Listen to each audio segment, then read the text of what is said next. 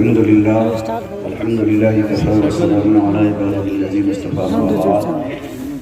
فقد قال الله تبارك وتعالى في القرآن العظيم والخطاب القديم أعوذ بالله من الشيطان الرجيم بسم الله الرحمن الرحيم واعتصموا بحبل الله جميعا ولا تفرقوا صدق الله مولانا العظيم وصدق رسوله النبي الأمين الكريم ونحن على ذلك لمن الشاهدين والشاكرين والحمد لله رب العالمين۔ باب توحید نعمت والو شمع نبوت کے پروان آئیے ہم اور آپ سب سے پہلے ہمارے اور ساری کائنات کے مرکز عقیدت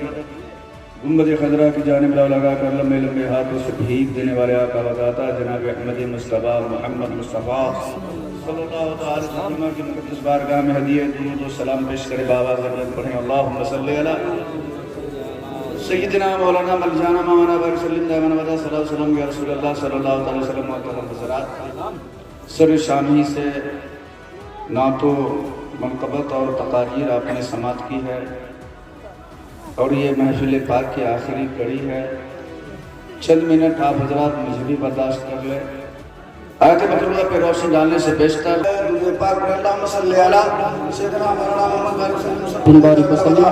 صلی اللہ علیہ وسلم علیکہ یا رسول اللہ صلی اللہ علیہ وسلم۔ ہر ابتدا سے پہلے ہر انتہا کے بعد،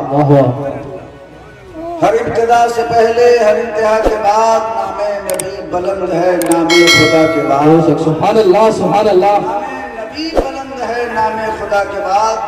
اور دنیا میں احترام کے قابل ہیں جتنے لوگ، بے شک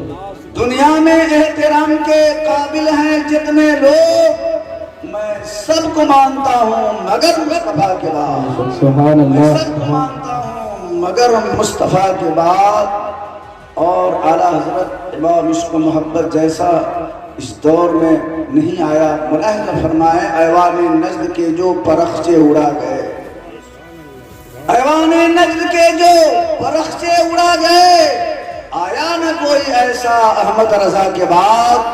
آیا نہ کوئی ایسا احمد رضا کے بعد، اور قتل حسین اصل میں مرگ یزید ہے، قتل حسین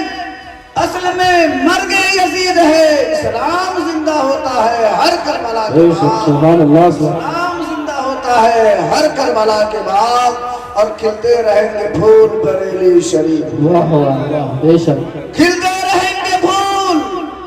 بریلی شریف میں، اختر رضا ہے جیسے احمد رضا کے بعد، سبحان اللہ، اختر رضا ہے جیسے احمد رضا کے بعد۔ بہت خوب بہت خوب۔ پاک پڑھے اللہم صلی علی اللہم صلی علی سیدنا مولانا محمد معدن الجود والکرم منبع العلم والحلم والحکم وبارک وسلم صلی علیہ وسلم علیکہ یا یہ رسول محفل جس کا انعقاد کیا گیا ایک بچے کی عقیقے کے سلسلے میں، بچے کا عقیقہ کیا گیا، اسی سلسلے میں اس محفل پاک کا انعقاد کیا گیا، اور کل اس بچے کا ختنہ بھی ہوگا۔ عقیقہ یہ مصطفیٰ جان رحمت کی سنت ہے۔ مصطفیٰ جان رحمت نے اپنے نواسے کی ولادت پہ عقیقہ کیا، 2 میڈے کو ذبح کیا، اور ہم امت مسلمہ کو یہ درس دے دیا، اے لوگو، اے میرے امتیوں، جب تیرے گھر بچہ پیدا ہو تو بچے کے عقیقہ کر کے تم میری سنتوں پہ عمل کرتے رہنا، اور جب میری سنتوں پہ عمل کرتے رہو گے تو بچہ آگے چل کے کامیاب و کامیاب ہوگا۔ مولا تعالیٰ کی بارگاہ میں دعا ہے کہ مولا جس بچے کا عقیقہ کیا گیا ہے اس بچے کی عمر میں بے پناہ برکتیں آئے، اس بچے کے تمام مصائب و آلام کو دور فرمائے، اور صاحب خانہ کے گھر میں رحمتوں کا نزول فرمائے، آمین آمین بجائے سید المرسلین صلی اللہ تعالی وسلم۔ حضرات بڑی اچھی تقریر آپ نے حضرت علامہ امام الدین صاحب سے سنی، اور انہوں نے مدرسہ کے تعلق سے فرمایا اللہ اللہ۔ مدرسہ کیا ہوتا ہے؟ مدرسہ وہ جگہ ہوتی ہے جہاں سے مذہب اسلام کی تعلیم کو عام کیا جاتا ہے، مدرسہ وہ جگہ ہوتی ہے جہاں سے انسان کو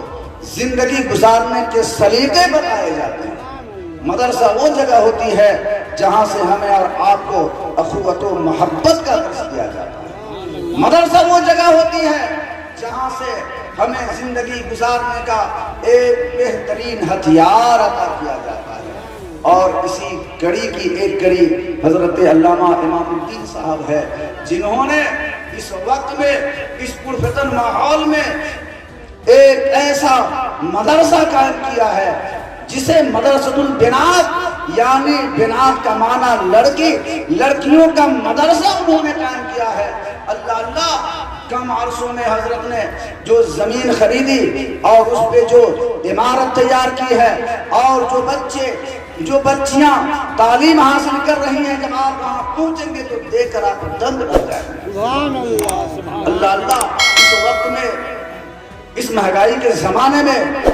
زمین خرید لینا اور اس پہ مدرسے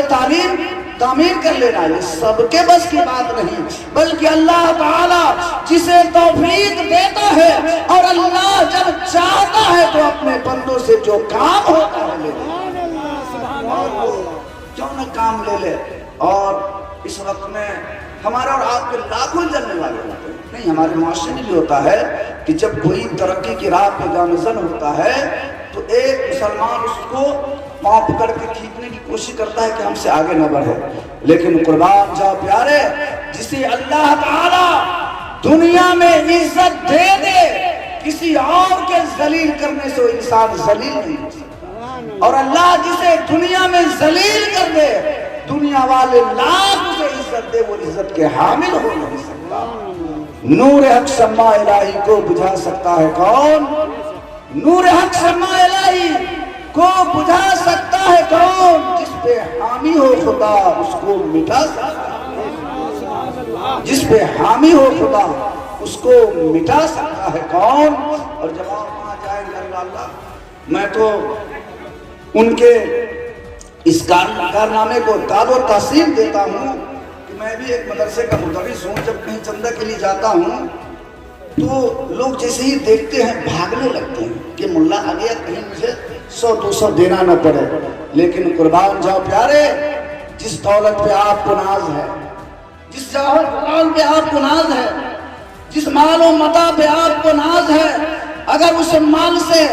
آپ نے مدرسے کی خدمت کر دی تو وہ خدمت کرنا رب کی بارگاہ میں اگر قبول ہو گیا تو آپ کے لیے یہاں بھی کامیابی ہے، میدان قیامت میں بھی کامیابی۔ لیکن یہ دولت جس کا آپ نے حق ادا نہیں کیا، یہ مال جس کا آپ اپنے حق ادا نہیں کیا، تو جانتے ہیں یہ مال کیسے ہو والے جان ہمارے اور آپ کے لیے ہوگا؟ اللہ نے جس کو مال عطا کیا ہے اور اس مال میں اللہ نے غریب یتیم کا حصہ مقرر کیا ہے۔ رب فرماتا ہے اقیم الصلاۃ وآتوا الزکاۃ، نماز قائم کرو، زکوٰۃ ادا کرو، یعنی میرے بندو، میں نے تمہیں جو مال دیا ہے، میں نے تمہیں جو دولت عطا کی ہے، اس سے خود بھی کھاؤ اور غریب یتیم مسکین کو بھی کھلاتے رہو، غریبوں کو بھی کھلاتے رہو۔ آپ کہیں گے کہ میں غریب کو کتنا کھلاؤں، تو اللہ تعالیٰ نے اس کی حد بھی مقرر فرما دی۔ ابھی اگن کا موسم گزرا ہے، عشرے کا وقت گزرا ہے، کیا آپ نے سوچا کبھی کہ اللہ نے ہمارے لیے کتنے مال کو ہمارے لیے رکھا ہے، کتنے مال ہمارے غریب ہمسائے کے لیے رکھا ہے؟ اللہ اللہ، رب کی عنایت، رب کا کرم ملاحظہ فرمائے، رب کائنات نے آپ کے کھیت سے 1 من اناج اگایا ہے، آپ کے کھیت میں 1 من اناج پیدا ہوا ہے، تو رب کائنات نے آپ کے لیے 38 کلو رکھا ہے اور صرف 2 کلو غریب و یتیم کے لیے رکھا ہے۔ ایماندارو، 2 کلو ادا کر دو، تیرا مال بھی پاک ہو جائے گا اور غریب یتیم مسکین کا بھلا بھی ہو جائے گا۔ اور وہی غریب یتیم 2 کلو کو جب کھائیں گے اور کھانے کے بعد رات کی تاریکی میں دعا کے لیے ہاتھ اٹھا دیں گے، مولا تعالیٰ جس نے مجھے شکم سیر کیا ہے، پروردگار عالم تو اسے دنیا میں بھی آسودہ فرما، میدان قیامت میں بھی آرام کی زندگی۔ رات کے سناٹے میں جب کسی بندے مومن کا ہاتھ دعا کے لیے اٹھتا ہے، رب کائنات اس کی دعا کو قبول فرما دیتا ہے۔ میں عرض کر رہا تھا، اللہ اللہ مال کی زکوٰۃ، اور اللہ نے مال کی زکوٰۃ رکھا ہے، مال کی زکوٰۃ نہیں ہے حولان حول، یعنی 1 سال پورا گزر جانے کے بعد، مثلا آپ نے اس مہینے سے لے کر اگلے سال مہینے تک اللہ نے آپ کو مال و دولت دی، آپ کھا پی لیے، اور کھا پینے کے بعد جو آپ کے پاس مال بچ گیا اس مال میں زکوٰۃ بانٹیں، آپ اسے زکوٰۃ ادا کریں، آپ اسے غریب و یتیم و مسکین کو ادا کرتے رہے، نہیں تو یہی مال کل میدان قیامت میں آپ کے لیے وبال جان کیسے ہوگا؟